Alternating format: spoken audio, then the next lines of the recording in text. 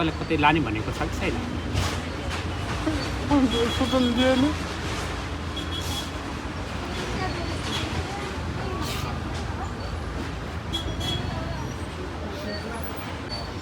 के मान्छे तपाईँ अब यो त पाउनु छ अर्को त जस्तो छ दिन त्यो दाइमाईको जस्तो छ दिन निकाल्नु सक्ने म सक्दैन 12 वर्ष भयो म बिमार भएको अब यस्तो भएर मात्रै म निक्लेको भएर न त सक्दैन के भएको छ तपाईँ? भित्रीमा बिरामी हुनुहुन्छ?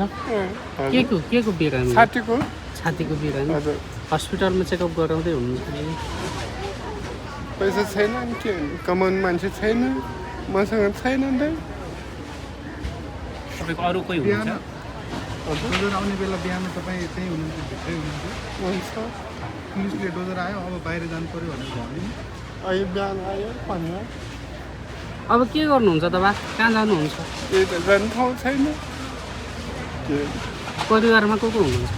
हजुर परिवारमा को हुनुहुन्छ? हाम्रो 4 जना छ दाइ अब यसरी आफू बसिरहेको ठाउँमा डोजर लागिरहेको छ, रणभूमि जस्तै भइरहेको छ, कस्तो लागिरहेको छ? दुःख त लाग्छ नि, लामो समयदेखि बसिरहनु भएको छ।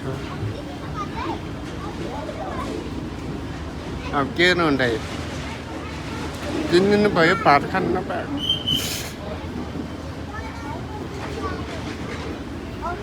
3 दिन भयो खाना खान नपाउनु भएको?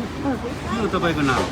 कस्तो बाजु खट अहिले अब सरकारले तपाईँहरूलाई यहाँबाट अन्यन्त्र लाने भनेको छ। सरकारले लगेको ठाउँमा जाने कि नजाने? जान्छु हजुर को हुनुहुन्छ यहाँ? 4 जना छ 4 जना हुनुहुन्छ। को? छोरा 2टा म 2टा बुढाबुढी 2टा अहिलेसम्म यहाँ तपाईँहरूको सामान निकालिएको छ? तपाईँहरूलाई सोध्न कोही आएको छैन? आएको छैन हामी नै निकाल्ने सामान चाहिँ कहाँ छ बा?